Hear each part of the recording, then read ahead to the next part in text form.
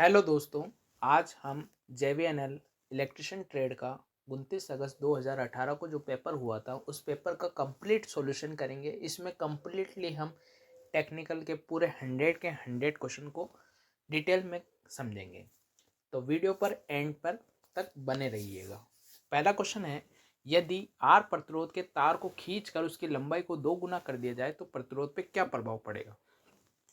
देखिए, यदि हम तार की लंबाई को खींचकर 2 गुना करेंगे तो उसका क्षेत्रफल आधा हो जाएगा, और यदि क्षेत्रफल आधा हो जाएगा तो ये जो लंबाई को हमने 2 गुना किया तो 2 गुना तो बढ़ा, लेकिन क्षेत्रफल आधा होने की वजह से वो a/2 जब ऊपर जाएगा तो वो 4 हो जाएगा।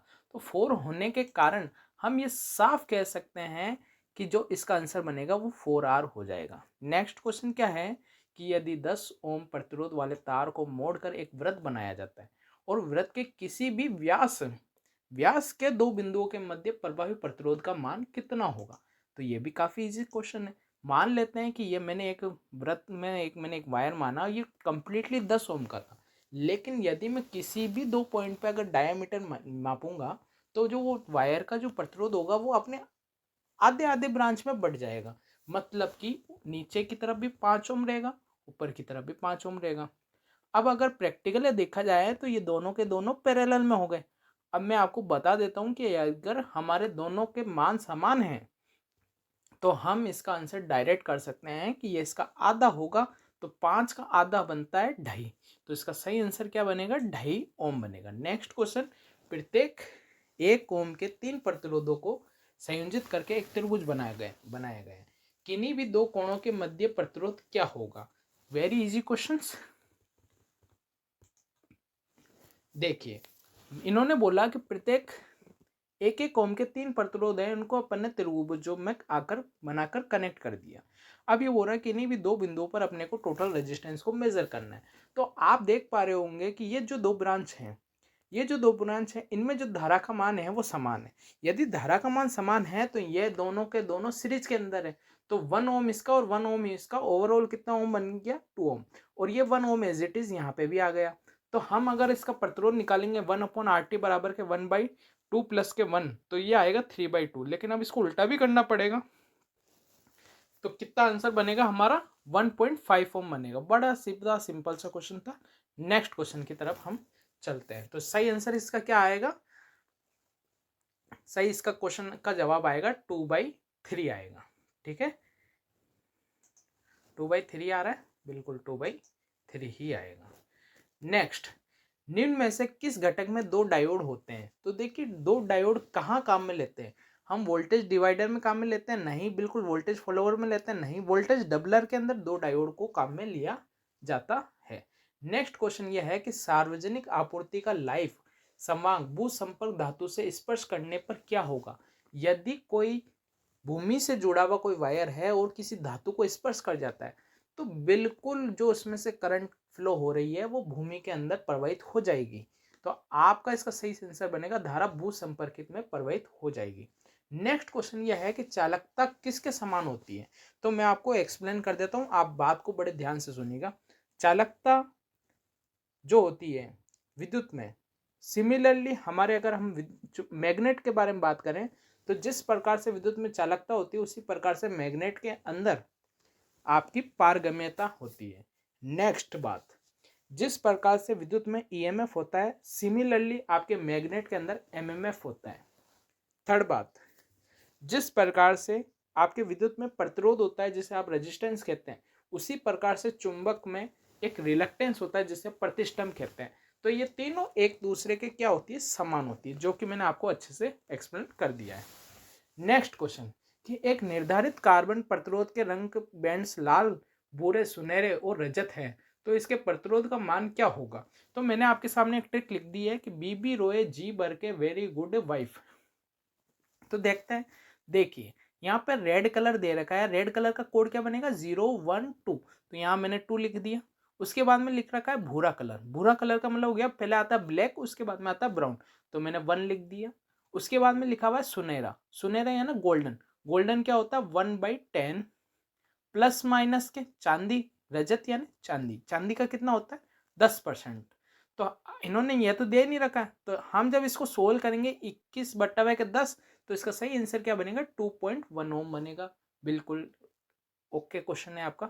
नेक्स्ट क्वेश्चन आप देखिए, एक अंतरराष्ट्रीय ओम का मान कितना होता है। ये ऐसा क्वेश्चन है जिसका डेटा आपको याद करना ही पड़ेगा। इसका सही आंसर बनेगा 1.00049 एब्सोल्यूट ओम होता है। नेक्स्ट क्वेश्चन पे चलते हैं। 90 डिग्री सेल्सियस पर एक कुंडली का प्रतिरोध 100 ओम है।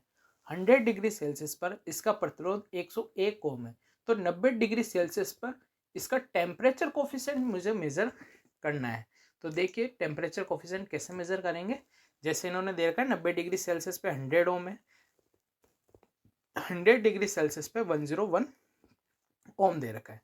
तो जो हमें ये जो R0 है ये हमें ओल्ड वैल्यू है, ये R1 है जो हमारी न्यू वैल्यू है, और इन दोनों के बीच में जो टेम्परेचर आया है वो 10 डिग्री सेल्सियस का डिफरेंस आया है। तो फॉर्मूला क्या बनता है, R1 बराबर के R0 कोष्टक में 1 plus alpha delta T. Alpha क्या है यहाँ पे, टेम्परेचर कोफिशिएंट है, ठीक है। तो R1 की जगह मैंने वैल्यू लिख दी 101, R0 की जगह लिख दिया 100, 1 प्लस एल्फा 10, 101 की जगह 101, 101 100 को जब मैं इसे 1 से गुणा करूंगा तो 100 आएगा, और यहाँ मल्टीप्लाई करने पे 1000 आएगा। जब ये 100 यहाँ पे इधर वापस जाएगा तो 101 में से जब 100 माइनस होगा तो यहाँ 1 बचेगा, और ये मल्टीप्लाई में है तो ये सीधा नीचे चला जाएगा, और जब हम 1 में 1000 का डिवाइड करेंगे तो कितना आंसर आएगा, 0.001। तो आप ऑप्शन देख सकते हैं, आपका डी आंसर बिल्कुल मैच कर रहा है। नेक्स्ट क्वेश्चन, निम्न में से किस तार का विद्युत प्रतिरोध सबसे कम होगा। तो आप देख पा रहे हैं कि सबसे कम प्रतिरोध किसका होगा। तो देखिए ऑप्शन के अनुसार मैं आपको समझा देता हूँ काफी अच्छे से। अगर आप बात करोगे कि 2 मीटर लंबा तार है और उसका जो एरिया दे रखा है वो 2 mm का स्क्वायर है, तो जब आप 2 मीटर को कन्वर्ट करोगे तो कितने में बदल जाएगा, 2000 mm हो जाएगी। तो ओवरऑल प्रतिरोध कितना बन रहा है, 1000 ओम बन रहा है, काफी ज्यादा है। हमें सबसे कम प्रतिरोध पूछा है। नेक्स्ट बी ऑप्शन क्या बोल रहा है, 1 मीटर लंबा तार है और 3 mm स्क्वायर उसका क्या है, एरिया है। तो 1000 डिवाइडेड बाई 3 बराबर के 333.33 ओम आएंगे, जो कि काफी कम है। नेक्स्ट ऑप्शन 2 मीटर बटा 3 mm स्क्वायर का उसका एरिया है। तो जब इसको भी सोल्व करेंगे तो कितने आए, 666 पॉइंट आए। जब फोर्थ ऑप्शन को सोल्व करेंगे तो 2 मीटर बटा 4 mm स्क्वायर बराबर के, ये सभी डेटा को मैंने mm में बदला है। जब इनका निकाला तो इसका 500 ओम आया, और पांचवे को सोल्व किया तब मेरा उत्तर आया 2000 ओम। अगर मैं इन सब ऑप्शन में बात करूंगा तो सबसे कम प्रतिरोध पूछा तो हमारा सेकंड ऑप्शन एकदम सही होगा, 333.33 ओम प्रतिरोध आएगा। और अगर सबसे मैक्सिमम पूछता तो फिर हमारा आंसर फिफ्थ हो सकता था। तो यहाँ हमारा जो आंसर बनेगा वो बनेगा बी आंसर। नेक्स्ट क्वेश्चन, लघु परिपथ एक ऐसा परिपथ होता है, लघु परिपथ का मतलब जो होता है वो होता है शॉर्ट सर्किट। शॉर्ट सर्किट के अंदर क्या होता है कि धारा बहुत अधिक प्रवाहित होती है और प्रतिरोध जो होता है वो बहुत कम हो जाता है। क्या होता है, धारा बहुत अधिक प्रवाहित होती है और प्रतिरोध का मान बिल्कुल शून्य हो जाता है। मतलब कि शॉर्ट सर्किट में करंट का मान इनफाइनाइट होता है। तो जो धारा के प्रवाह के लिए बहुत कम प्रतिरोध प्रदान करता है वही हमारा क्या कहलाता है, शॉर्ट सर्किट कहलाता है। नेक्स्ट क्वेश्चन देखिएगा। नेक्स्ट क्वेश्चन है कि समान वोल्टेज रेटिंग वाले दो बल्ब की शक्ति 200 वाट और 100 वाट है। यदि प्रतिरोध R1 और R2 है तो मतलब मुझे R1 और R2 के बारे में निकालना है। तो आप इधर ध्यान से देखिएगा, इन्होंने बोला समान वोल्टेज रेटिंग। यदि आपकी वोल्टेज की रेटिंग समान है तो आपका जो वोल्टेज होगा वो कांस्टेंट हो जाएगा। वोल्टेज कांस्टेंट होने पे हम ये बोल सकते हैं कि जो पावर होगी उसका व्युत्क्रम क्या होगा, रेजिस्टेंस होगा, रेसिप्रोकल। ठीक है, तो देखो हमें एक 200 वाट का लैंप दिया, एक हमें 100 वाट का लैंप दिया। जब हमने इसको काटा तो ये आया 2:1 में आया। लेकिन जब मैं इसके अपोजिट, क्योंकि मुझे ये जो रेशियो मिला है ये पावर का मिला हुआ है, अब मुझे आर का रेशियो चाहिए रेजिस्टेंस का, तो इसका जस्ट उल्टा हो जाएगा। तो 1 का 1 इधर आ जाएगा, 2 उधर चला जाएगा, तो 1:2 बना। अब आप देखिए R1 की वैल्यू कितनी आई 1, R2 की वैल्यू कितनी आई 2। तो देखिए अब इसका ऑप्शन आपको समझ में आ चुका होगा। R1 की वैल्यू कितनी आई 1, तो यहाँ पे लिखेंगे, देखिए आप ध्यान से समझिएगा इस बात को। R2 का मान कितना है 2, मतलब R2 के साथ में कौन आएगा, R2 के साथ में क्या आएगा, आप ध्यान से समझने की कोशिश कीजिए। इस R2 को इस R1 से मल्टीप्लाई कर दीजिए और इस R1 को इससे गुना कर दीजिए। तो R2 जब इससे मल्टीप्लाई होगा तो आप बोलोगे R2 रेशियो टू R1। तो आपका सही ऑप्शन क्या बन रहा है, R2 टू रेशियो R1। तो बी आंसर एकदम सही है। नेक्स्ट क्वेश्चन की तरफ हम चलते हैं। नेक्स्ट क्वेश्चन हमारे पास में है कि तापदीप्त लैंप का ताप प्रतिरोध शीत प्रतिरोध से लगभग कितने गुना होता है। तो काफी इजी क्वेश्चन है, 2 गुना होता है। नेक्स्ट क्वेश्चन, विद्युतीय आवेश को इकट्ठा करने की जो क्षमता होती है, जो स्टैटिक इलेक्ट्रिक चार्ज होता है, इसको जो स्टोर करने की जो कैपेसिटी होती है उसे हम धारिता के नाम से जानते हैं, कैपेसिटेंस बोलते हैं, कैपेसिटी। नेक्स्ट क्वेश्चन, यदि श्रेणी में संयोजित दो समान संधारित्र और समांतर संयोजित में दो समान संधारित्र में प्रभावी धारिता का अनुपात क्या होगा। काफी इजी क्वेश्चन है, देखिए ध्यान से।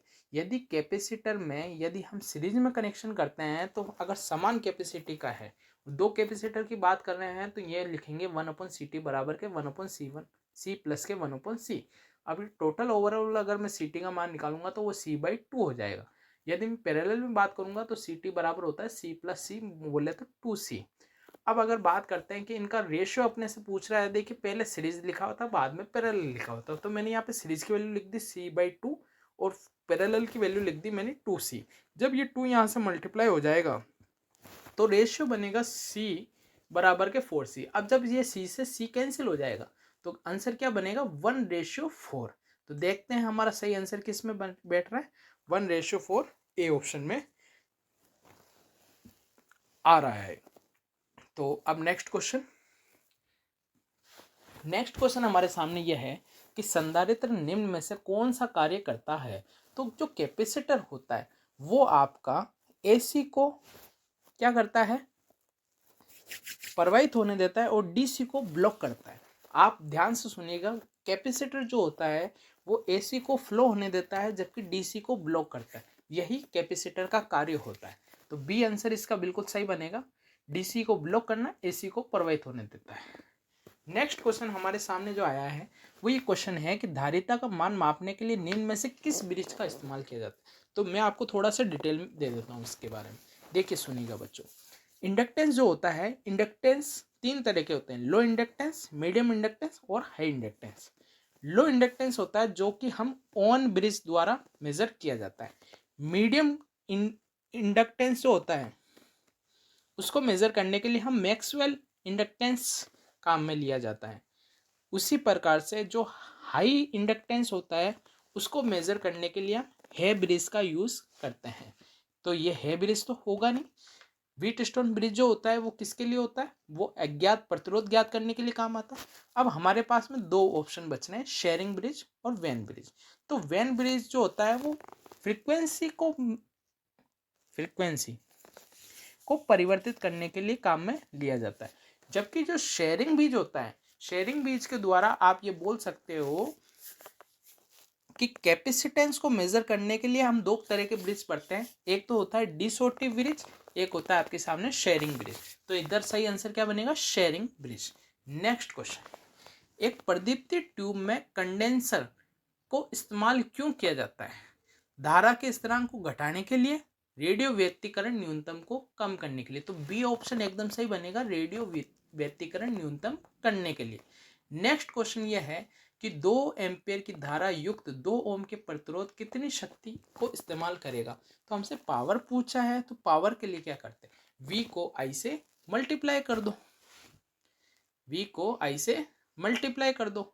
लेकिन यहाँ पे तो ऐसा कुछ दिया हुआ ही नहीं है, V तो दिया हुआ नहीं है। तो हम जानते हैं कि शक्ति निकालने के लिए फॉर्मूला क्या होता है, I²R, मतलब 2 का स्क्वायर करो तो कितना है 4, उस 4 को इस 2 से गुना करेंगे तो कितना आंसर आएगा 8 वोल्ट। तो सी आंसर एकदम सही है। नेक्स्ट क्वेश्चन आप देखिएगा कि नाभिकीय ऊर्जा संयंत्र में मंदक के रूप में निम्न में से किस पदार्थ का इस्तेमाल किया जाता है।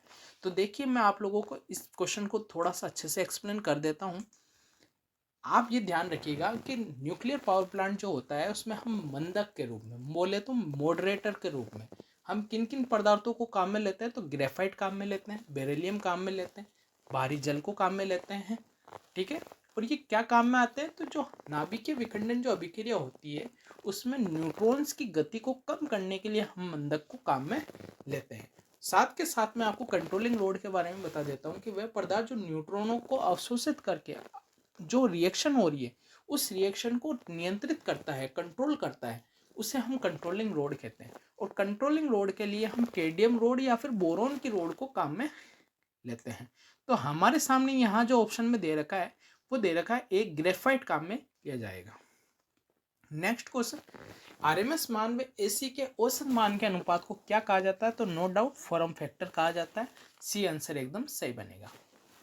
नेक्स्ट क्वेश्चन है प्रदीप्ति की इकाई क्या है, तो प्रदीप्ति के बारे में अगर हमसे बात कर रहा है तो प्रदीप्ति की जो इकाई होती है वो होती है लक्स। हेनरी किसकी होती है, तो इंडक्टेंस की होती है, इंडक्टेंस की नहीं होती, सॉरी मेरे से गलती हो गई, इंडक्टर की होती है हेनरी।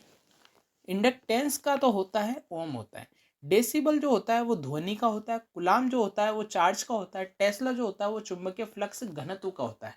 नेक्स्ट क्वेश्चन आपके सामने आ रहा है कि यदि एसी सर्किट में 40 ओम का प्रतिरोध और 90 ओम के प्रेरण प्रतिघात और 60 ओम का कैपेसिटिव प्रतिघात है तो प्रतिबाधा किसके बराबर होगी, मतलब कि जेड का मान हमसे पूछा है।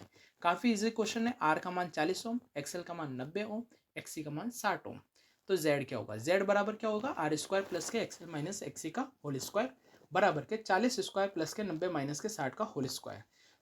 तो अब हम इसको सोल्व कर देते हैं। तो 40 का स्क्वायर कितना होता है 1690 और माइनस के 60, मतलब इन दोनों में से कितने बचेंगे 30। 30 यहाँ पे आ जाएगा तो कितने हो जाएंगे, 30 का स्क्वायर कितना हो जाएगा 900। दोनों को जोड़ेंगे कितना हो जाएगा 2500। 2500 का रूट कितना होता है 50 ओम। तो सही आंसर क्या बनेगा 50 ओम। ए आंसर एकदम सही है। नेक्स्ट क्वेश्चन की तरफ हम चलते हैं। नेक्स्ट क्वेश्चन हमारे सामने जो आया है वो ये है कि एक पूरी तरह चार्ज लेड एसिड बैटरी में हाइड्रोमीटर में रीडिंग क्या देगा। तो मैं आपको बता देता हूँ कि अगर हमारा हाइड्रोमीटर के अंदर 1.25 से लेके 1.28 है तो बैटरी फुल चार्ज है। मैंने क्या बोला ध्यान से सुनिएगा, 1.25 से लेके 1.28 है फुल चार्ज होगी। तो इन्होंने यही बोला कि पूरी तरह से चार्ज। तो देखिए हाईएस्ट मैंने बोला 1.28, तो यहाँ 1.28 किसके नज़दीक है 1.3 के नज़दीक है, तो हम इसका आंसर क्या हो जाएगा 1.3 होगा। और मैं बता देता हूँ हाफ के लिए कंडीशन होती है 1.2 से लेके 1.23, और यदि 1.18 से कम है तो बैटरी डिस्चार्ज है। नेक्स्ट क्वेश्चन, कि प्रत्येक लेड एसिड सेल में वेंट प्लग लगाए जाते हैं, वो क्यों लगाए जाते हैं, क्या हम इलेक्ट्रोलाइट के स्तर की जांच करने के लिए लगाए जाते हैं वेंट प्लग। बिल्कुल, अगर आपको इलेक्ट्रोलाइसिस का स्तर चेक करना है तो आपको वेंट प्लग खोल के चेक करना पड़ेगा, ये अच्छी बात है। नेक्स्ट क्वेश्चन, जब आवश्यक हो तो पानी या इलेक्ट्रोलाइट डालने के लिए, बिल्कुल ये बात भी सही। जब दो बातें सही हो चुकी है तो फिर इन सभी पर टिक करेंगे, हम ज़्यादा समय अपना खराब नहीं करेंगे। Next question, nickel ferric cell का इलेक्ट्रोलाइट क्या होता है, तो तनु KOH होता है उसमें नो डाउट। नेक्स्ट क्वेश्चन, एक CRO की एक्स प्लेट्स किसके द्वारा संचित की जाती है, तो एक्स प्लेट जो होती है वो आपकी साटूथ वेव द्वारा संचित की जाती है, याद रखना। नेक्स्ट क्वेश्चन, कौन सी LED अदृश्य प्रकाश उत्सर्जित करती है, तो जो LED होती है वो जो प्रकाश उत्सर्जित करती है वो आपका इंफ्रारेड होता है। कैसा रे होता है, इंफ्रारेड होता है, ठीक है।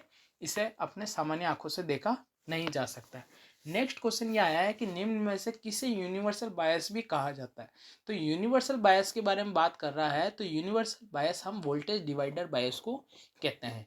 पी प्रकार के अर्धचालक को तैयार करने के लिए डोपिंग के लिए निम्न में से किस पदार्थ को काम में लेंगे, तो इसको थोड़ा सा मैं एक्सप्लेन कर देता हूँ। हमारे पास में हम सेमीकंडक्टर होता है, उस सेमीकंडक्टर के अंदर उसकी कंडक्टिविटी को इम्प्रूव करने के लिए हम उसमें कुछ अशुद्धियों को मिलाते हैं। अब वो जो अशुद्धियाँ होती है वो दो प्रकार की होती है, एक पी टाइप होती है, दूसरा एन टाइप होता है। पी टाइप के अंदर जो होती है उसमें हम बोरोन मिला सकते हैं, एल्यूमिनियम, गैलियम, इंडियम, थैलियम। अगर एन टाइप की बात करोगे तो फास्फोरस, आर्सेनिक, एंटीमनी और बिस्मिथ। आप याद कैसे करोगे, देखो ध्यान से समझिएगा, मैं आपको यहीं के यहीं याद कराने की कोशिश करता हूँ। देखिए पी टाइप है तो पी टाइप के अंदर आप पी से इसको इसके सामने लिख दीजिए पी। अब बोलिए पाकिस्तान ऑस्ट्रेलिया सब बिके, पाकिस्तान ऑस्ट्रेलिया सब बिके। नेक्स्ट, अगर आपको एन टाइप की याद करनी है तो आपको याद रखना है बैंगन, आलू, गाजर, इन, थैला। देखिए एक ट्रिक है, सामान्य ट्रिक है, आप इसको याद कर सकते हो। अब एक बात और ध्यान से सुनिए, अगर पी है तो पी को याद रखिए पॉजिटिव। पॉजिटिव का मतलब ये होता है कि उसमें होल्स जनरेट होंगे, मेजोरिटी किसकी रहेगी, होल्स की रहेगी। एन टाइप में यानी नेगेटिव, नेगेटिव यानी इसमें मेजोरिटी किसकी रहेगी, इलेक्ट्रॉन्स की। आप इस तरीके से याद कर सकते हो। नेक्स्ट क्वेश्चन, तो हमारे सामने इन्होंने पूछा कि पी प्रकार के अर्धचालक कौन से हैं। तो देखिए पी प्रकार का अर्धचालक कौन सा होता है, इंडियम होता है। क्या आएगा, इंडियम आएगा।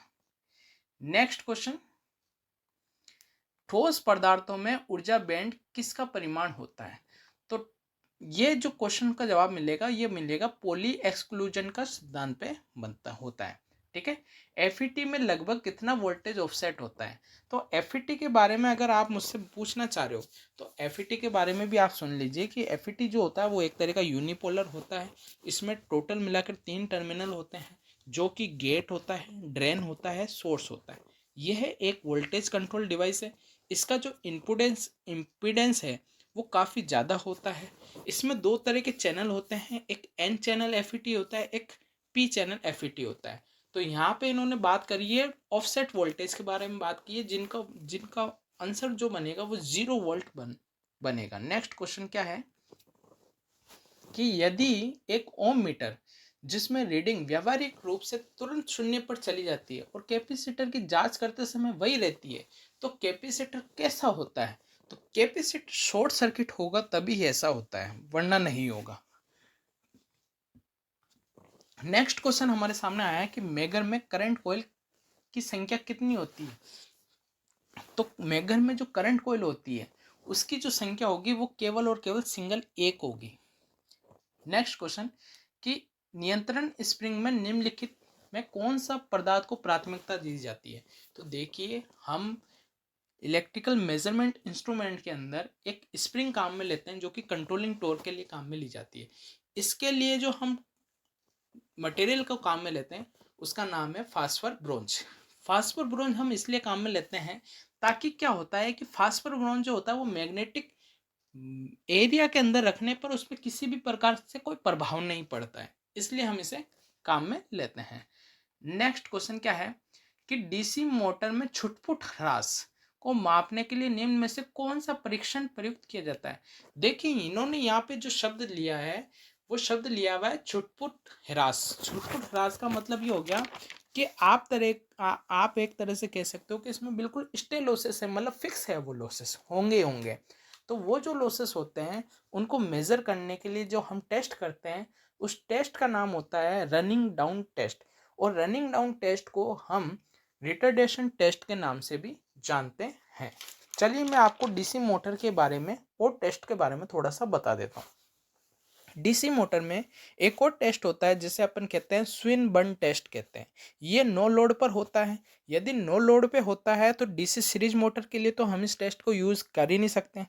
और ये वहाँ करते हैं जहाँ पे फ्लक्स कांस्टेंट होता है, और फ्लक्स कांस्टेंट है तो हम शंट मोटर में, डीसी शंट मोटर में इजीली इस टेस्ट को काम में ले सकते हैं। इससे ज्ञात किया जाता है तो मोटर की एफिशिएंसी को ज्ञात किया जाता है। नेक्स्ट टेस्ट होता है, उस टेस्ट का नाम है हमारे सामने ब्रेक टेस्ट। ब्रेक टेस्ट जो होता है वो छोटी डीसी सीरीज मोटर की एफिशिएंसी को मेजर करने के लिए काम में लिया जाता है। नेक्स्ट हमारा एक और टेस्ट होता है, उस टेस्ट का नाम होता है बैक टू बैक टेस्ट। ये जो होता है इसे हॉपकिंसन टेस्ट भी कहते हैं और साथ के साथ में रीजनरेटिव टेस्ट भी कहा जाता है। ये जो दोनों टेस्ट होते हैं इसमें हमें 2 मशीनों की नीड पड़ती है जिनकी रेटिंग, फ्रीक्वेंसी, वोल्टेज वगैरह ये सारी चीज़ें क्या होती है, समान होती है। मैंने गलती से ये बोल दिया फ्रीक्वेंसी समान होती है, मुझे माफ़ करना। नेक्स्ट क्वेश्चन देखते हैं अब हम। नेक्स्ट क्वेश्चन हमारे सामने है कि डीसी मशीनों में निम्नलिखित में से कौन से परीक्षणों में कम से कम 2 मशीनों की आवश्यकता होती है। तो 2 मशीनों की आवश्यकता के लिए बैक टू बैक टेस्ट होता है। मैंने अभी सारे टेस्टों के बारे में अच्छे से आपको एक्सप्लेन किया है। नेक्स्ट क्वेश्चन ये है कि डीसी मोटर कि फुल लोड गति 1000 आरपीएम है और उसका वोल्टेज रेगुलेशन 90% है, तो नो लोड पर गति क्या होगी। तो देखिए मैंने आपके सामने एक्सप्लेन कर दिया है, देखिए ध्यान से। वोल्टेज रेगुलेशन जो होता है वो वी एन एल माइनस के वी एफ एल अपॉन के वी एफ एल इंटू के 100 होता है। ये मैंने 100 इसलिए लगाया था क्योंकि अगर मेरी रीडिंग किस में है 100% में, तो मैंने रीडिंग कितने में है 90%, तो 90/100 V N L minus V F L upon के वी एफ एल। मैंने वी एफ एल को इधर क्रॉस मल्टीप्लाई कर दिया, 100 को इधर मल्टीप्लाई किया कर दिया, तो देखो यहाँ पे कितना बन गया 90 V F L 100 V N L minus के 100 वी एफ एल। जब यहाँ से वी एफ एल को मैं उधर ट्रांसफर करूंगा तो ये कितने हो जाएंगे 190 वी एफ एल हो जाएंगे, और यहाँ कितने बन जाएंगे 100 वी एन एल बन जाएंगे। वी एफ एल का मान कितना दे रखा है 1000 इंटू के 190 बराबर के 100 into V N L. 2 point से 2 पॉइंट कट जाएंगे, तो जब इस 10 को 190 से गुना करेंगे तो कितना आंसर आ रहा है 1900 आरपीएम। तो हमारा सही आंसर क्या बनेगा 1900 आरपीएम बनेगा। नेक्स्ट, नमी मलिन वातावरण में मोटरों के लिए किस प्रकार के एनक्लोजर प्रयुक्त किए जाते हैं। तो इसका जो सही आंसर बनेगा वो क्या बनेगा, टोटली एनक्लोज फैन कूल्ड प्रयुक्त किया जाता है। नेक्स्ट क्वेश्चन हमारे सामने है कि निम्नलिखित में से कौन सी एप्लीकेशन एसी मोटर की अपेक्षा डीसी मोटर में पसंद की जाती है। तो देखो एसी मोटर की अपेक्षा अपन डीसी मोटर को क्यों पसंद करते हैं, उसका एक कारण तो होता है कि उसकी स्टार्टिंग टॉर्क जो होता है काफ़ी अच्छा होता है डीसी मोटर का, और दूसरा ये होता है कि वेरिएबल स्पीड ऑपरेशन मोड होते हैं उसमें। तो इसका सही आंसर क्या बनेगा, डी ऑप्शन बनेगा। नेक्स्ट क्वेश्चन कि डीसी शंट मोटर में जो एनवीसी होती है 9 वोल्ट कॉइल, वो किसकी सीरीज में जुड़ती है। एनवीसी हमेशा, अगर डीसी के बारे में बात हो रही है तो एनवीसी जो होती है वो हमेशा फील्ड वाइंडिंग की सीरीज में जुड़ती है, और यदि 3 फेज के बारे में बात करते हैं तो 2 फेज के बीच में जुड़ती है। नेक्स्ट क्वेश्चन, स्टेटर और आर्मेचर के बीच में छोटा सा एयर गैप होता है, वो क्यों होता है। एयर गैप होने की वजह से उसमें जो मैग्नेटिक फील्ड होता है वो मजबूती रूप से बनता है, तो इसका सही आंसर क्या बनेगा, सी। नेक्स्ट क्वेश्चन ये है कि यदि एक डीसी मोटर की टर्मिनल की पोलैरिटी को उल्टा कर दिया जाए तो कौन सा मोड है। तो देखिए हमारे पास में डीसी मोटर में जो ब्रेकिंग मोड होते हैं वो 3 तरह के होते हैं, प्लगिंग होता है, रीजनरेटिव होता है और डायनामिक होता है। अगर आप मुझे कमेंट करोगे तो मैं इसके बारे में कंप्लीट आपको एक वीडियो बना के अच्छे से एक्सप्लेन कर दूंगा। तो यहाँ पे जो हम टर्मिनल को चेंज करते हैं उस मेथड में प्लगिंग के अंदर होता है। रीजनरेटिव में क्या होता है कि जब पहाड़ से ट्रेन नीचे उतरती है तो उसकी स्पीड जो होती है वो इतनी ज़्यादा अधिक हो जाती है कि बिजली देने के बजाय बिजली हमें लेने के बजाय वो बिजली हमें देने लग जाए, उसे अपन रीजनरेटिव कहते हैं। मतलब मोटर एज ए जनरेटर की जैसे काम करने लग जाती है। और डायनामिक में क्या होता है कि हम क्या करते हैं कि वहाँ से टर्मिनल से सप्लाई को कट करते हैं और उसके साथ में हम क्या करते हैं एक रेजिस्टेंस को जोड़ देते हैं। नेक्स्ट क्वेश्चन ये है कि अगर डीसी मोटर के बैक ईएमएफ अचानक से खत्म हो जाएगा, अगर किसी डीसी मोटर का बैक ईएमएफ अचानक से खत्म हो जाएगा तो भैया ये बहुत बेकार कंडीशन हो सकती है, क्योंकि अगर आपका बैक ईएमएफ का मान 0 हो जाएगा तो आपका आर्मेचर जल सकता है, शॉर्ट सर्किट करके आर्मेचर से होकर प्रवाहित होगा और आर्मेचर जलने की संभावना रहेगी। क्योंकि हम जानते हैं कि हमारा जो डीसी मोटर होती है उसमें स्टार्टिंग में बैक ईएमएफ का मान नहीं होता है, और बैक ईएमएफ का मान नहीं होता है तो स्टार्टिंग में हम स्टार्टर का प्रयोग क्यों करते हैं, स्टार्टर का प्रयोग इसलिए करते हैं ताकि जो हमारा आर्मेचर है वो जले नहीं। नेक्स्ट क्वेश्चन क्या है कि एक डीसी मोटर की रफ्तार को नियंत्रित करने के लिए इनमें से कौन सा डिवाइस इस्तेमाल लोगे। अगर आपको डीसी मोटर की रफ्तार को नियंत्रित करना है तो सबसे बढ़िया होता है थायरिस्टर, और थायरिस्टर एक प्रकार का SCR होता है जिसे अपन कहते हैं silicon control rectifier. Next question यह है कि नॉन रिवर्सिंग डीसी ड्राइव के लिए इस्तेमाल करना बेहतर होता है, प्लगिंग में नहीं, regenerative braking, zero sequence braking. तो राइट आंसर बनेगा सेपरेट एक्साइटेशन के साथ डायनामिक ब्रेकिंग। एक और क्वेश्चन है कि एक इंडक्शन मोटर का स्टार डेल्टा स्टार्टर क्या होता है। स्टार डेल्टा स्टार्टर क्या होता है, वो स्टेटर में सर्किट में प्रतिरोध डालता है, बिल्कुल नहीं। रोटर सर्किट में प्रतिरोध डालता है, बिल्कुल नहीं। मोटर के घूमने की दिशा बदलता है, नहीं। शुरू होने समय स्टार्टिंग में कम वोल्टेज देता है, बिल्कुल डी, बात एकदम सही है। नेक्स्ट क्वेश्चन क्या है कि अगर सीरीज वाइंडिंग द्वारा उत्पन्न चुंबकीय फ्लक्स शंट फील्ड वाइंडिंग द्वारा उत्पन्न फ्लक्स की मदद करता है, अगर मदद करता है तो कम्युलेटिव है, और अगर विरोध करता है तो डिफरेंशियल है। तो सही आंसर क्या बनेगा, ए ऑप्शन। नेक्स्ट क्वेश्चन क्या है कि नो लोड की परिस्थिति में इंडक्शन मोटर का पावर फैक्टर कितना होता है। जब आपका नो लोड पर है, किस पे बात कर रहा है, नो लोड पे बात कर रहा है, तो जो पावर फैक्टर होगा वो काफी कम होगा। कितना होगा, काफी कम। वो काफी कम कितना, 0.15 लेगिंग, मतलब सबसे कम से कम होगा और लेगिंग होगा, नेचर का होगा। नेक्स्ट क्वेश्चन ये है कि इंडक्शन मोटर में स्लिप रिंग किसके बने हुए होते हैं। तो हम जानते हैं कि इंडक्शन मोटर के अंदर जो स्लिप रिंग्स होती है वो किसकी बनती है, फास्फर ब्रोंज की बनती है। किसकी बनती है, फास्फर ब्रोंज की बनती है। नेक्स्ट क्वेश्चन ये होता है कि इंटरपोल किसके लिए लगाते हैं। आपको पता होना चाहिए कि इंटरपोल जो होता है वो दो मेन पोल के बीच में लगता है। जितने पोल होते हैं उतने ही इंटरपोल भी होते हैं। तो ये जो इंटरपोल लगाते हैं ये क्यों लगाते हैं, तो ये कम्यूटेटर पर जो स्पार्किंग होती है उस स्पार्किंग को कम करने के लिए लगाया जाता है। नेक्स्ट क्वेश्चन ये है कि डीसी मशीनों के ब्रश किसके बने हुए होते हैं, तो कार्बन के बने हुए होते हैं। एक अल्टरनेटर को ओवर एक्साइटेड किया जाता है तब वह किस पावर फैक्टर पे काम कर रहा है। तो यहाँ आप कंफ्यूज मत होना, मैं आपको चलो क्लियर से बताता हूँ तरीके से। अगर यहाँ सिंक्रोनस मोटर लिखा हुआ होता तो इसका सही आंसर बन जाता लीडिंग पावर फैक्टर। लेकिन यहाँ पे ध्यान से सुन लेना, सिंक्रोनस मोटर नहीं लिखा हुआ है, यहाँ पे अल्टरनेटर लिखा हुआ है। और अगर अल्टरनेटर लिखा हुआ है तो ओवर एक्साइटेड पे वो लेगिंग पावर फैक्टर जैसे बिहेव करेगी। तो सही आंसर क्या बनेगा, बी बनेगा। नेक्स्ट क्वेश्चन है हमारे सामने, एक इंडक्शन मोटर में रोटर स्लॉट को तिरछा करने का प्रयोजन क्या है। आप जानते हो कि थ्री फेज इंडक्शन मोटर जो होती है उसमें जो रोटर होते हैं, जो कॉपर की छड़ें होती है वो अपन तिरछी लगाते हैं। तिरछी क्यों लगाते हैं, जिससे कि उसका ब्रेथ फैक्टर बढ़ जाता है, यूनिफॉर्म टॉर्क मिलता है अपने को। ठीक है।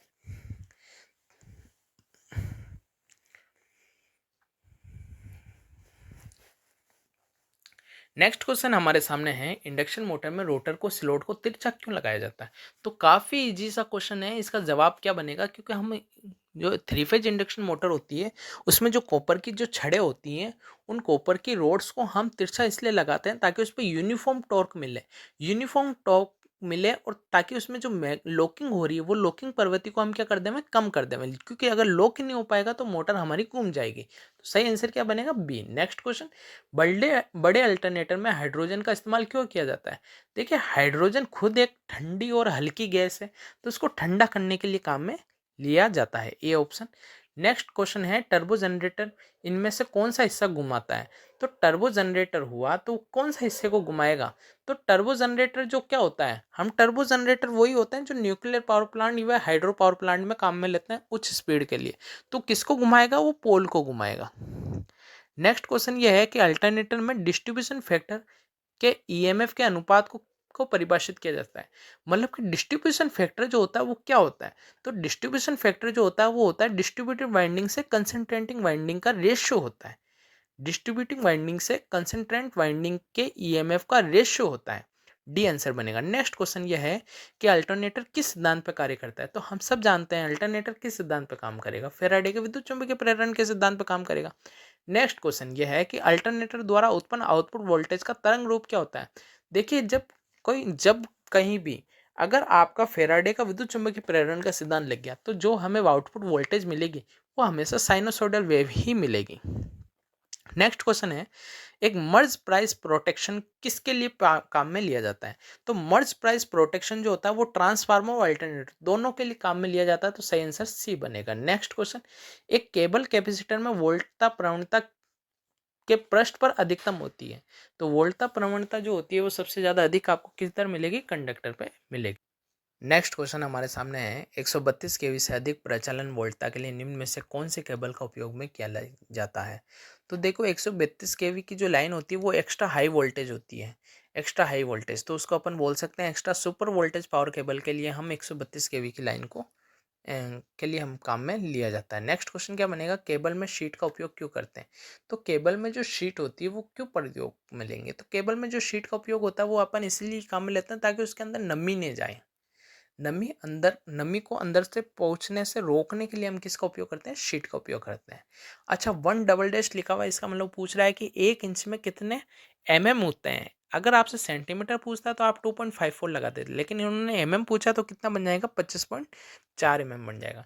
नेक्स्ट क्वेश्चन हमारे सामने एक अच्छा सा क्वेश्चन आया है, इस क्वेश्चन को थोड़ा सा एक्सप्लेन कर देता हूँ। A2XCY केबल स्टैंडर्ड में y अक्षर किस चीज को डिनोट करता है? तो इस क्वेश्चन को आप बड़े ध्यान से समझ लीजिएगा कि जो ए होता है वो किसको डिनोट करता है, तो आप बोलोगे एल्यूमिनियम का। 2x क्या होता है, तो दो क्रॉस लिंक होती है जिनके पॉलीथिलीन इंसुलेशन कहते हैं। हम क्या बोलते हैं, 2x को क्रॉस लिंक्ड पॉलीथिलीन इंसुलेशन कहते हैं। सी किस चीज को डिनोट करता है, तो मेटेलिक स्क्रीन को डिनोट करता है। वाई किसको करता है, तो पीवीसी आउटर शीट को करता है। और अगर डब्ल्यू लिखा हुआ होता है तो होता है स्टील राउंड वायर आर्मर होता है। तो देखो आपके से यही पूछ रहा है कि वाई को किस चीज से डिनोट करते हैं, तो आपको दिख रहा होगा कि पीवीसी शीट द्वारा डिनोट किया जाता है। नेक्स्ट क्वेश्चन है, अत्यधिक प्रदूषित क्षेत्रों में इंसुलेटरों के लिए निर्धारित क्रीपेज दूरी कितनी होती है, तो 25 mm प्रति किलोवोल्ट होती है। नेक्स्ट क्वेश्चन क्या है कि निम्न में से किस प्रकार की वायरिंग में पोर्सलिन क्लिट्स के सपोर्ट्स इंसुलेटेड केबलों का उपयोग करते हैं? देखिए जब बात क्लिट्स के बारे में आ गया तो शब्द का आंसर भी क्लिट से ही बनेगा। क्लिट वायरिंग जो होती है ये बड़ी फास्ट वायरिंग होती है। नेक्स्ट क्वेश्चन है कि वर्ग वाय विद्युत रोधन कितना तापमान सहन कर सकता है? तो काफी इजी क्वेश्चन है, देखिए याद करवाने की कोशिश करता हूँ। आपको याद रखना है यह है YAE, यह BF है चांदनी का। 90, 105, 120, 130, 155, 180 और 220 से लेके 250 हमसे पूछा है y के लिए। तो y के लिए आप देख पा रहे हो y के लिए कितना डिग्री सेल्सियस होता है, 90 डिग्री सेल्सियस से ज़्यादा टेम्परेचर मेजर नहीं कर पाएगा, सहन नहीं कर पाएगा। तो सही आंसर क्या बनेगा, ए ऑप्शन बनेगा। नेक्स्ट क्वेश्चन क्या है कि विद्युतीय आवेशों के बीच बीच बल है तो कुलाम का नियम किसके समान है? तो जब यहाँ पे कुलाम के नियम की बात आ रही है तो वो सेम टू सेम वैसा ही है जैसे न्यूटन का गुरुत्व का नियम होता है। जैसे यहाँ न्यूटन का गुरुत्व का नियम क्या बोलता है कि जो फोर्स होता है वो कैपिटल का G m1 m2 अपॉन के आर स्क्वायर, और हमारे यहाँ जो कुलाम का नियम होता है वो फोर्स होता है Q1 Q2 बटा हुए के आर स्क्वायर पे। ठीक है, नेक्स्ट क्वेश्चन क्या है हमारे सामने, एक कुलाम आवेश किसके बराबर होता है? तो जो हमारे इलेक्ट्रॉन्स होते हैं वो कितने होते हैं, 6.25 इंटू 10⁻18 होते हैं। अगर आपको ये समझ में नहीं आया तो मुझे कमेंट करना, मैं आपको इसको अच्छे से एक्सप्लेन कर दूंगा बाद में। यदि दो आवेशित कणों के बीच की दूरी को घटाकर उसकी मूल दूरी को आधा कर दिया जाए और उनके बीच में बल कितना होगा? तो देखिए बात यही आ रही है, अगर आपने कणों के बीच की दूरी को आधा कर दिया, अगर दूरी को आधा कर दिया तो दूरी का स्क्वायर होगा। तो दूरी का स्क्वायर, आधे का स्क्वायर कितना होता है, 1/2 का स्क्वायर कितना होता है, 1/4 होता है। लेकिन वो जो 4 नीचे आया वो ऊपर जाएगा तो किस में बदल जाएगा, 4 गुना में बदल जाएगा। तो सही आंसर क्या बनेगा, बी बनेगा। देखिए वापस सुनिएगा, एफ प्रोपोर्शनल जो होता है वो Q1 Q2 बटा आर स्क्वायर होता है। Q1 Q2 तो कॉमन हो गए, और यदि अगर आपके कॉमन हो गए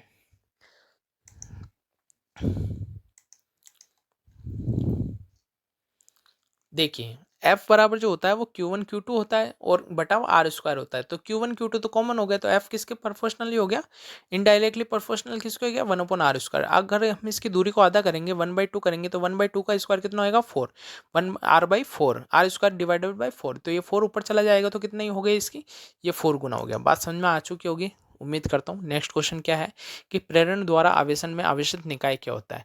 तो कोई आवेश नहीं होता है जब प्रेरण द्वारा आवेशित निकाय होता है। नेक्स्ट क्वेश्चन क्या है कि वायु में द्विविद्युत नियतांक के माध्यम से दो छोटे बिंदुओं के बीच बल का रेशियो क्या होगा? तो देखिए बड़ा सीधा सिंपल सा क्वेश्चन है, तो इसका सही आंसर क्या बनेगा, K/1 बनेगा। बल विद्युतीय बल रेखाएं जो होती है वो कहाँ से आरंभ होती है? तो विद्युत बल रेखाएं जो होती है वो प्लस से माइनस की तरफ जाती है, मतलब धनावेश से ऋणावेश की ओर समाप्त हो जाती है। तो धनावेश से आरंभ होती है और समान आवेश पर समाप्त होती है, तो बिल्कुल गलत बात भैया, समान आवेश पर नहीं समाप्त होती है, धनावेश और अनंत तक जाती है, नहीं, धनावेश और अन्य आवेश तक जाती है, धनावेश और ऋणावेश पर समाप्त हो जाती है। डी बात एकदम सही बात है कि विद्युत बल रेखाएं जो होती है वो धनावेश से ऋणावेश की ओर जाती है, और ये बल रेखाएं कभी भी एक दूसरे को नहीं टकराती है। अगर एक दूसरे को टकरा दें तो इनसे खींची गई स्पर्श रेखा का मान 2 हो जाएगा, जिससे कि विद्युत क्षेत्र की दिशा 2 हो जाएगी, जो कि असंभव है। इसलिए इनका मान क्या होता है,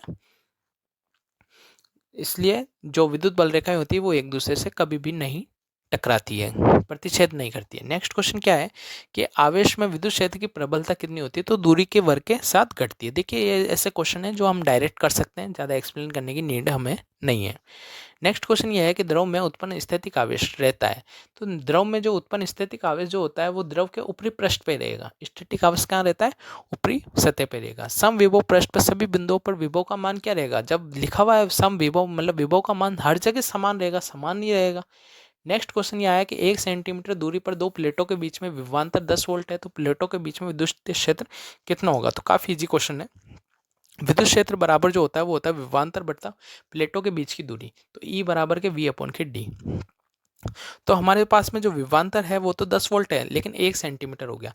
लेकिन हमें अगर आप देखिए न्यूटन बटा कूलाम में अगर हमसे पूछा है तो सेंटीमीटर को मीटर में बदलना पड़ेगा। तो जब सेंटीमीटर को मीटर में बदलेंगे तो 0.01 लिखेंगे, जब पॉइंट हटाएंगे तो यहाँ पे ऊपर 2 जीरो लग जाएंगे, तो टोटल ओवरऑल कितना आएगा, 1000 न्यूटन बटा कूलाम आएगा। नेक्स्ट क्वेश्चन क्या है कि अक्षय रेखा पे द्विध्रुव के कारण क्षेत्र किसके समानुपाती होता है। देखिए समानुपाती नहीं पूछेंगे, व्युत्क्रमानुपाती पूछते तो ज़्यादा अच्छा रहता।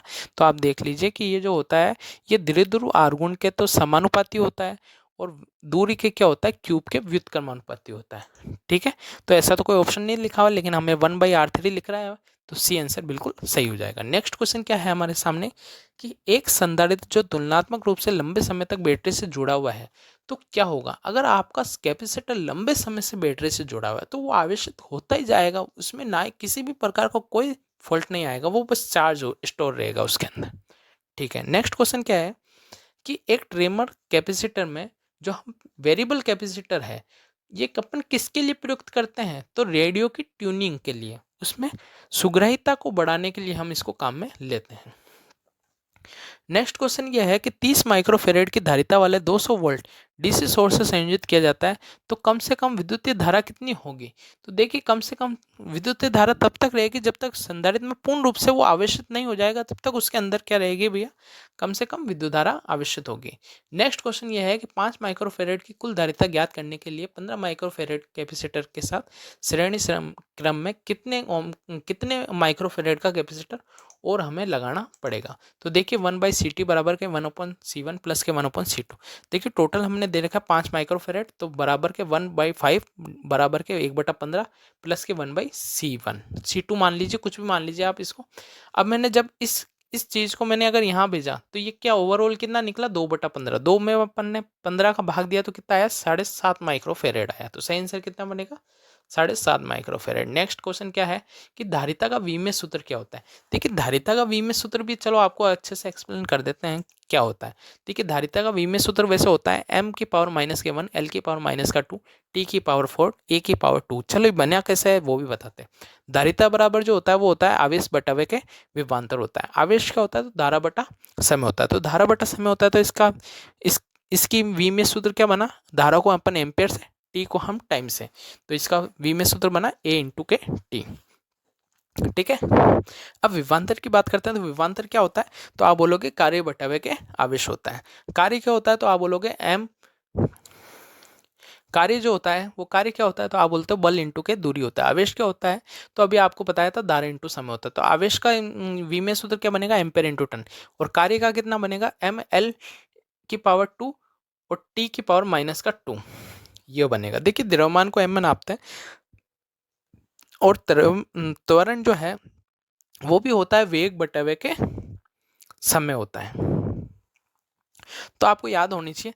अब देखिए यहाँ पे मैंने q की जगह इसकी रीडिंग लिख दी a इंटू के टी, और v की जगह मैं लिखूंगा m l की पावर 2 t की पावर -2, और जो नीचे वो जो था a इंटू टी, ये a इंटू टी ऊपर चला गया तो a की पावर 2 और t की पावर 2 यहाँ पे हो गया। तो m की पावर जब ऊपर जाएगा तो माइनस में के 1 में, l की पावर जब ऊपर जाएगा तो माइनस के 2 में, इसके बाद टी की पावर -2 ऊपर जाएगा तो प्लस की 2 में बदल जाएगा, लेकिन ऊपर ऑलरेडी 2 है तो टी की पावर टोटल ओवरऑल कितने हो जाएंगे 4, और ए की पावर 2 मिला के कितने हो जाएंगे, m की पावर -1 l की पावर -2 टी की पावर 4 ए की power 2। Next question,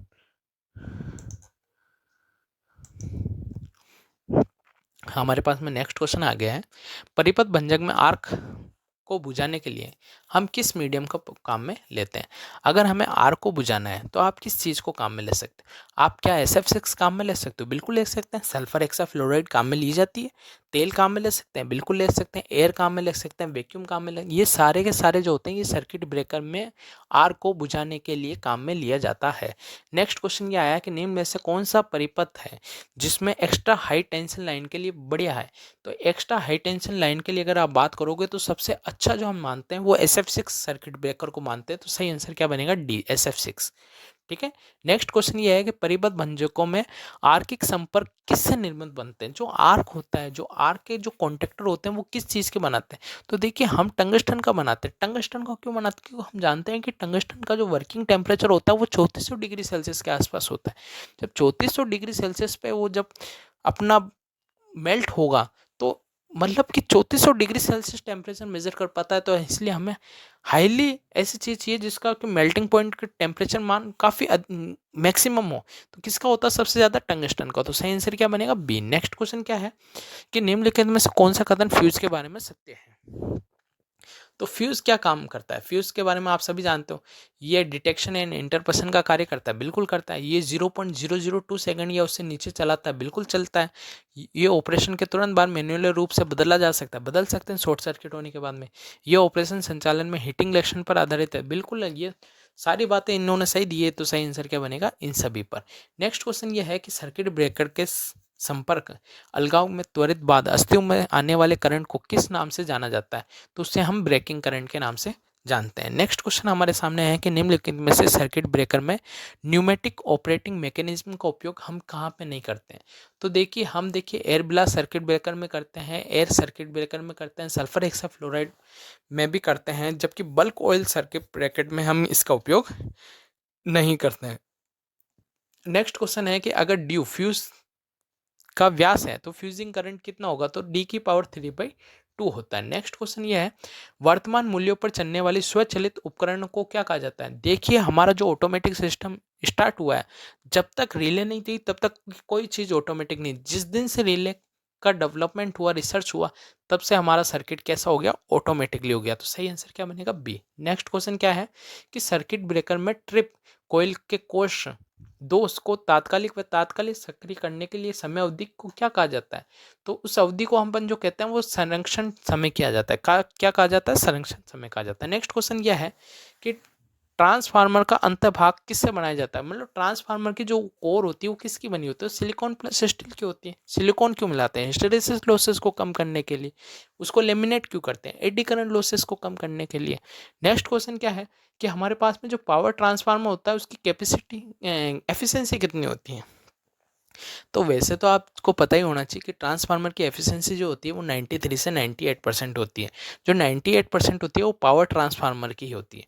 ideal transformer की बात करते हैं तो 100% होती, और यदि हम ऑटो ट्रांसफार्मर की बात करते हैं तो 99 हो जाती। नेक्स्ट, ट्रांसफार्मर में चुंबकीय कोर का उपयोग करने का मुख्य उद्देश्य क्या है? तो ट्रांसफार्मर में जो मैग्नेटिक कोर होते हैं वो हम प्रायोगिक क्यों लेते हैं? तो सामान्य मैग्नेटिक प्रवाह के अभाव को कम करने के लिए हम किसका काम में लेते हैं? मैग्नेटिक कोर को काम में लेते हैं। नेक्स्ट क्वेश्चन यह है कि 3 में से 2 फेज को रूपांतरण करने के लिए कौन सा कनेक्शन को प्राधान्यता दी जाती है, प्राथमिकता दी जाती है, ऐसा कुछ पूछना चाहता है। तो 3 फेज को अगर 2 फेज में रूपांतरण करना है तो हम स्कॉट की कनेक्शन करते हैं। नेक्स्ट क्वेश्चन यह है कि स्कॉट की कनेक्शन या टी कनेक्शन में क्या होता है? तो देखते हैं टेपिंग की आवश्यकता नहीं है। क्यों नहीं है? होती है। दोनों ट्रांसफार्मर में प्राथमिक पर 50% टैप होता है। गलत बात, बिल्कुल। इसका सही आंसर है बिल्कुल 86 पर, और दूसरा 50% टैप पर होता है। डी बात एकदम सही है। नेक्स्ट क्वेश्चन क्या है कि एक वितरण ट्रांसफार्मर 100 kVA पर मूल्यांकित किया गया है, तो वह अपनी अधिकतम सक्रिय शक्ति आपूर्ति कर सकता है। देखिए अधिकतम तो तभी करेगा जब उसका पावर फैक्टर का मान 1 होगा। अगर पावर फैक्टर का मान 1 होगा तो इस kVA की जो रेटिंग दी हुई है इसको 1 से मल्टीप्लाई कर दो, तो आपका मैक्सिमम कितना बन सकता है? 100। लेकिन अगर मैं प्रैक्टिकली बात करता हूँ तो 100 को मेरे को पावर फैक्टर कितना होता है प्रैक्टिकली? 0.8 में मानते हैं हम, तो 0.8 से मेजर करते हैं तो लगभग 800 वाट के आसपास आता है, 800 किलोवाट के आसपास आएगा। लेकिन ऐसा कोई ऑप्शन नहीं है, इन्होंने अधिकतम पूछा तो अधिकतम के लिए हम इसे 1 से मल्टीप्लाई करेंगे, जितनी केवी रेटिंग होगी उतनी किलोवाट होगी। आज का हमारा ये लास्ट क्वेश्चन है कि ट्रांसफार्मर में आर्द्रता के प्रवेश को रोकने के लिए ब्रीदर के अंदर निम्न में से कौन सी सामग्री होती है? तो बड़ा सिंपल सा जवाब होता है, सिलिका जेल होती है, जो कि नहीं होती है तब तो नीला कलर की होती है, और जब ये ज़्यादा नमी को अवशोषित कर लेती है तो ये गुलाबी कलर की होती है। अगर आप लोगों को वीडियो पसंद आई तो वीडियो करना लाइक, मेरे चैनल को करना सब्सक्राइब। मैं मिलता हूँ आपको इसके नेक्स्ट वीडियो में, तब तक के लिए जय हिंद, जय भारत।